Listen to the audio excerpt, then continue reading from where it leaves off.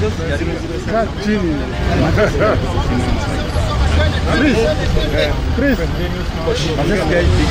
Little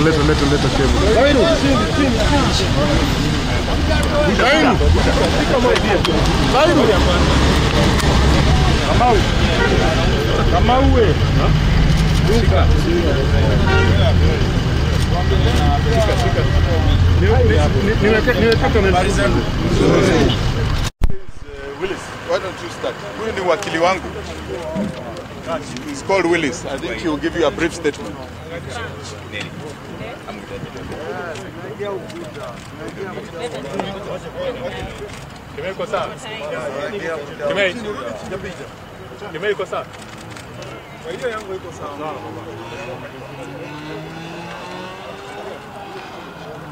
When you're ready. Almost. Say when you're ready and we proceed. Okay. So we've had an unfortunate incident today.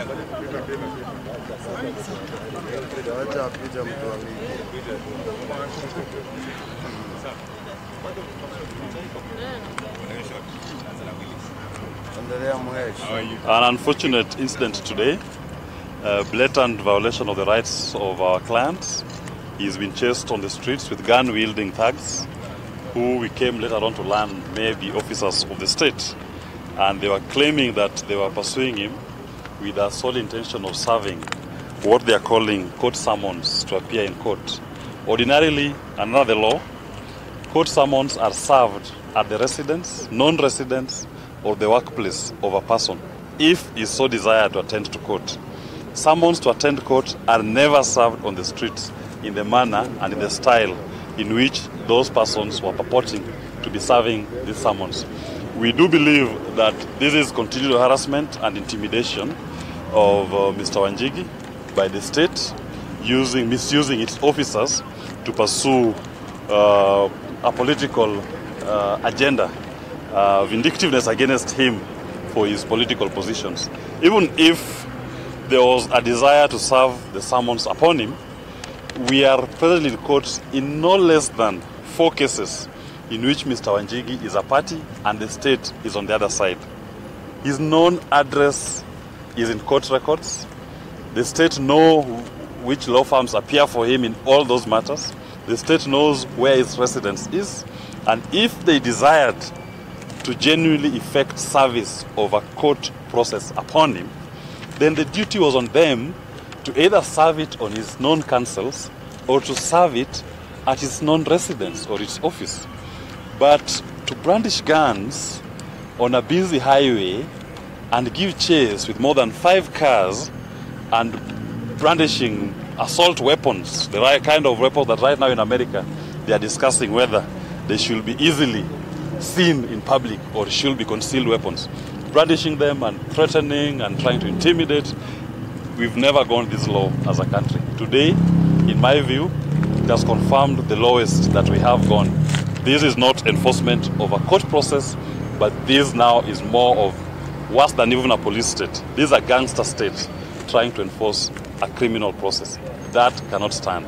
And just to mention, once I look at these purported summons, it doesn't even disclose what offense Mr. Wanjigi is being called upon. Mr. Wanjigi has never been summoned to write any statement. He's never been aware if there's any ongoing investigations against him. And shocking to us is that these proceedings are supposed to take place somewhere in Nyeri tomorrow morning. He's never been, was arraigned and held in Communicado in police stations deep somewhere in Central, Lari Police Station, Gidunguri Police Station, all with an intention to intimidate and to break the spirit, and a continued persecution for their non-political stance which they have taken and publicly voiced. The state is now abusing the process of the law to intimidate and to harass them. We don't think this is how this country should be governed. Sorry, you had a question? No, go ahead. Go ahead. You can ask? Go ahead.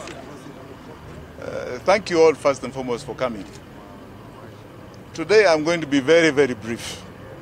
I'll give you a little summation of what happened, and then I will say one thing. I was coming from a lunch at a hotel not too far from here. And on my way, I was on my way home. Just here at the Engine petrol station, a vehicle tried to stop us, brandishing guns and walkie-talkies. And they hooted, and they rang a siren saying, stop, stop, stop. So what is this? Before we knew it, there were one or two others. So we decided, if they're going to try and find a way to me, let them get me in my home. So we drove towards the home. And then decided, actually, by the way, I think it is better we come to a public place, because this didn't seem very genuine. I'm somebody who has an anticipatory bail in 2 courts. In 2 courts. So why do you have to come for me in this manner? 2 courts. So we drove up to here and they managed to block the traffic. And they came brandishing guns, banging the doors of the car and the windows, insisting that we open. I think after they saw a small crowd, they decided maybe they should show us a piece of paper. This is the paper that Willis is showing you here. A paper saying, summons issued yesterday, I'm to appear in court on the 1st of March, which is tomorrow morning at 8 a.m. on some criminal charge 251-2018. Normally, as Willis is saying, I would have been called, I would have written a statement, I would have known what it is about. I'm being asked to take a plea on an investigation I know nothing about. Absolutely nothing about. I have no idea what this is for.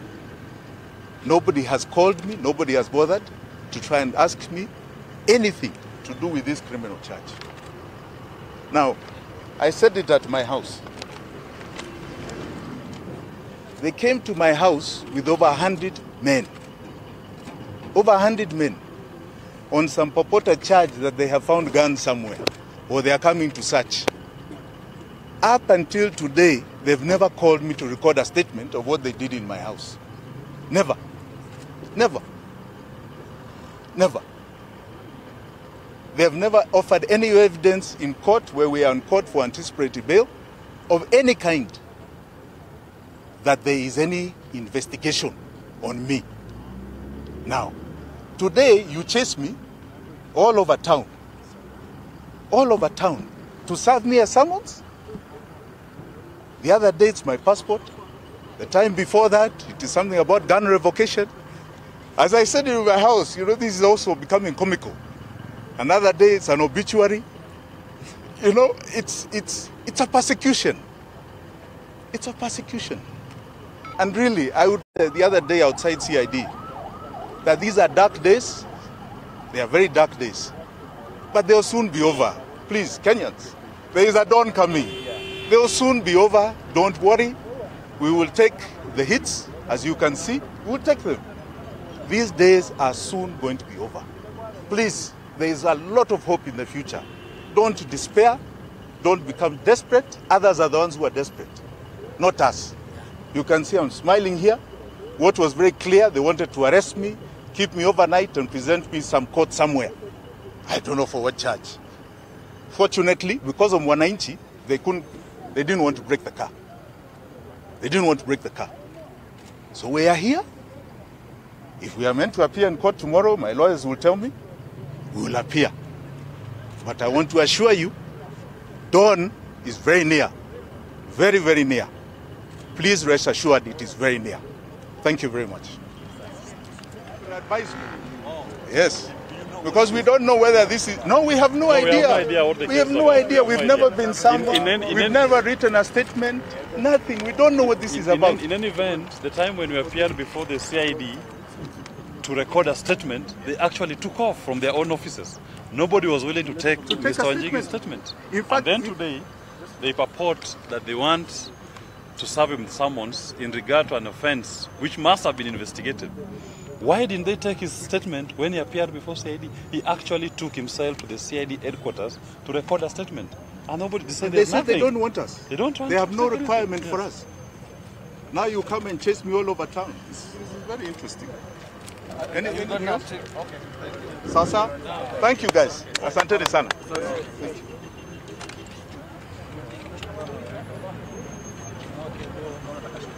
This operandi that they follow, it is increasingly looking like the police have been taken hostage by gangs. As ordinary Kenyans, it's a question that only time will answer as to whether or not the rule of law will prevail. Reporting for NASA TV, I am Morris Oching.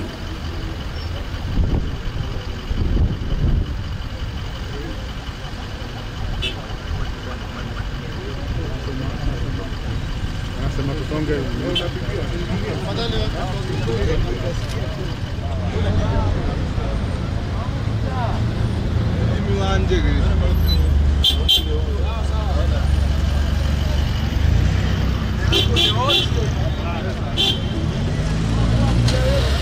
Nilikuwa nimeuza kwa jam. So gari zilitokea huko. Moja Subaru ilikuwa KCG 271.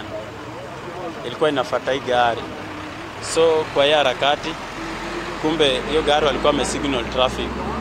Kulikuwa na traffic mwanaume na wa kike, walitoka pale chini wakakuja wakazuia hapo hizo gari tatu. So walipozuia gari zilisimamishwa hapo, ndio wale askari wenye walikuwa hapo nyuma walishuka wakiwa wanne au flying squad, na kila mtu alikuwa na bunduki. Ndio wakakuja wakazingira hii gari.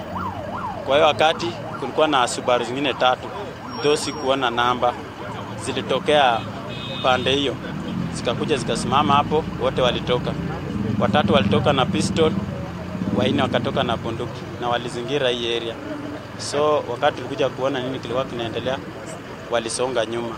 Ndio walisongesha watu nyuma, wakabaki na hii gari, na hiyo Subaru ilikuwa imeifuata hiyo KCG.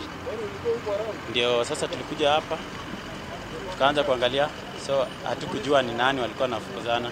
So kwa harakati wakaanza kuongea, fungua hakuwa anafungua. Kulikuwa na watatu walikuwa wamezingira, mmoja huku mmoja mwingine nyuma. Ilikuwa na mkubwa hapo wa flying squad fulani, alikuwa na suit ya black. Ndiye alikuja hapa akaweka hiyo sticker. So mwingine tena alipotokea akapiga simu. So kwa hiyo harakati ya kuongea wakasema waachane naye.